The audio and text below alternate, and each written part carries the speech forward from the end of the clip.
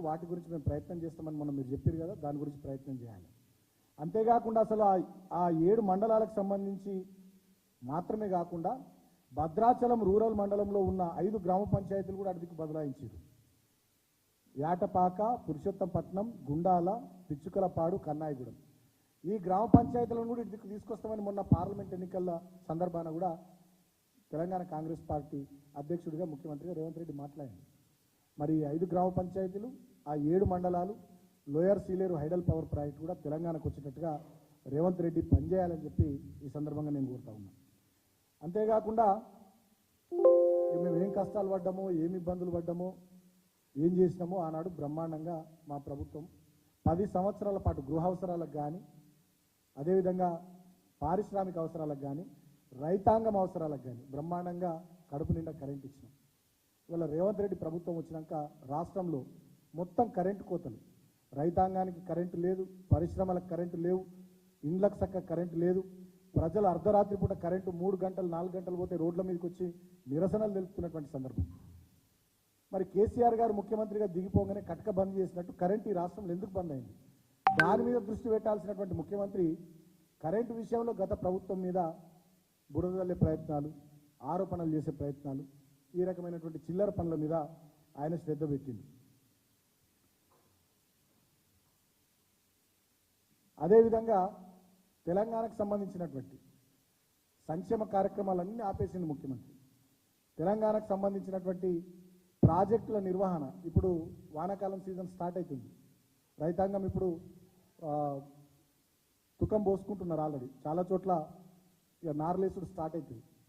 ఇప్పటికీ మేము గతంలో ఇచ్చినటువంటి రైతు బంధు ఇయ్యలే, ఆయన చెప్పినటువంటి రైతు భరోసా ఇయ్యలే.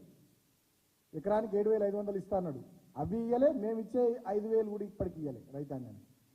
ఎరువులు విత్తనాల కోసం రైతాంగం ఇబ్బంది పడుతున్నారు. లైన్లలో చెప్పులు పెట్టి, బుక్కులు పెట్టి పక్కకు పోతా ఉన్నారు.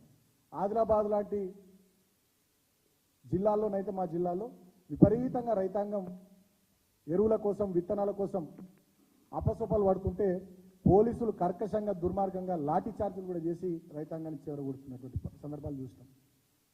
సో ఇట్లా సీజన్ ప్రారంభమైనప్పటికీ కూడా రైతాంగం యొక్క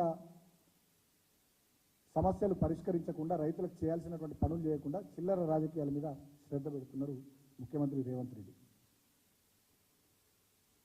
కాబట్టి నేను ఒకటే విషయం ఈ సందర్భంగా ముఖ్యమంత్రికి గుర్తు చేస్తూ ఉన్నా, ఎట్టి పరిస్థితుల్లో తెలంగాణ రాష్ట్ర ప్రయోజనాలకు విఘాతం కలిగించకుండా మీరు పనిచేయాలి. తెలంగాణ రాష్ట్ర ప్రయోజనాలకు విఘాతం కలిగితే డెఫినెట్గా తెలంగాణ ప్రజల పక్షాన, తెలంగాణ ప్రజల గొంతుకగా బీఆర్ఎస్ పార్టీ చాలా బలంగా కొట్లాడుతుందని చెప్పి సందర్భంగా నేను తెలియజేస్తూ ఉన్నా. ఆదిత్యనాథ్ దాస్ నియామకాన్ని వెంటనే రద్దు చేయాలని చెప్పి ముఖ్యమంత్రిని నేను డిమాండ్ చేస్తూ ఉన్నా. రైతాంగానికి సంబంధించినటువంటి కరెంట్ ఇవ్వడం కానీ, నీళ్ళు ఇవ్వడం కానీ, విత్తనాలు, ఎరువులు ఇవ్వడం కానీ, రైతు భరోసా మీరు ఇస్తా అన్న రైతు భరోసా కానీ ఇమీడియట్గా ఈ పనులన్నిటి కూడా సీజన్ స్టార్ట్ అయింది కాబట్టి వాటిని పూర్తి చేయాలని చెప్పి నేను ఈ సందర్భంగా ముఖ్యమంత్రిని కోరుతా ఉన్నా. ఇది మాత్రమే కాదు, ఇవాళ ఇంత మంచిగా కడుపు నిండా కరెంట్ ఇచ్చిన కేసీఆర్ గారి ప్రభుత్వం మీదనేమో కమిషన్లు ఇస్తున్నది ఈ ప్రభుత్వం. వాళ్ళేమో అన్నిట్లలో కమిషన్లు తీసుకుంటున్నారు. కాంగ్రెస్ అంటేనే కమిషన్ల ప్రభుత్వం అయిపోయింది. ప్రతిపక్ష పార్టీల మీద, గత ప్రభుత్వాల మీద కమిషన్లు వేసుడు, వీళ్ళు మంచిగా ఇసుకల, మద్యంలా, భూములల్లా, చివరికి ధాన్యంలా అన్నిట్లలో కమిషన్లు తీసుకున్నాడు. కాంగ్రెస్ అంటేనే కమిషన్ల ప్రభుత్వం అని ఇవాళ వాళ్ళు రుజువు చేసుకుంటూ ఉన్నారు. ఈ కమిషన్ల మీద శ్రద్ధ తగ్గించి నిజమైనటువంటి పాలన మీద దృష్టి పెట్టాలని చెప్పి ఈ సందర్భంగా నేను ముఖ్యమంత్రిని కోరుతా ఉన్నా. అంతేకాకుండా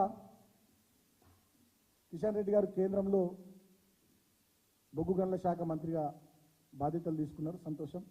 కిషన్ రెడ్డి గారిని కూడా నేను సింగరేణి ప్రాంతం నుంచి ప్రాతినిధ్యం వహిస్తున్నటువంటి వ్యక్తిగా, అక్కడి నుంచి గతంలో ఎంపీగా, ఎమ్మెల్యేగా ఉన్నాను, ఆ ప్రాంతం నుంచి నాయకులు ఉన్నాను కాబట్టి కిషన్ రెడ్డి గారిని కూడా కోరుతా ఉన్నా. గతంలో మా ప్రభుత్వం ఉన్నప్పుడు ముఖ్యమంత్రి కేసీఆర్ గారు ఆనాడు ప్రధానమంత్రి గారికి లేఖ రాశారు, సింగరేణికి సంబంధించినటువంటి బొగ్గు బావుల్ని సింగరేణి సంస్థకే ఇవ్వాలి, వేలంలో పెట్టద్దని చెప్పి. ఆనాడు పరిశ్రమల శాఖ మంత్రి ఉన్నటువంటి కేటీఆర్ గారు ఆనాటి బొగ్గు గనుల శాఖ మంత్రి ఉన్న ప్రహ్లాద్ జోషి గారికి కూడా లేఖ రాశారు, సింగరేణికే బొగ్గు బ్లాకులు సింగరేణి సంస్థకి ఇవ్వాలి, ఓపెన్ యాక్షన్.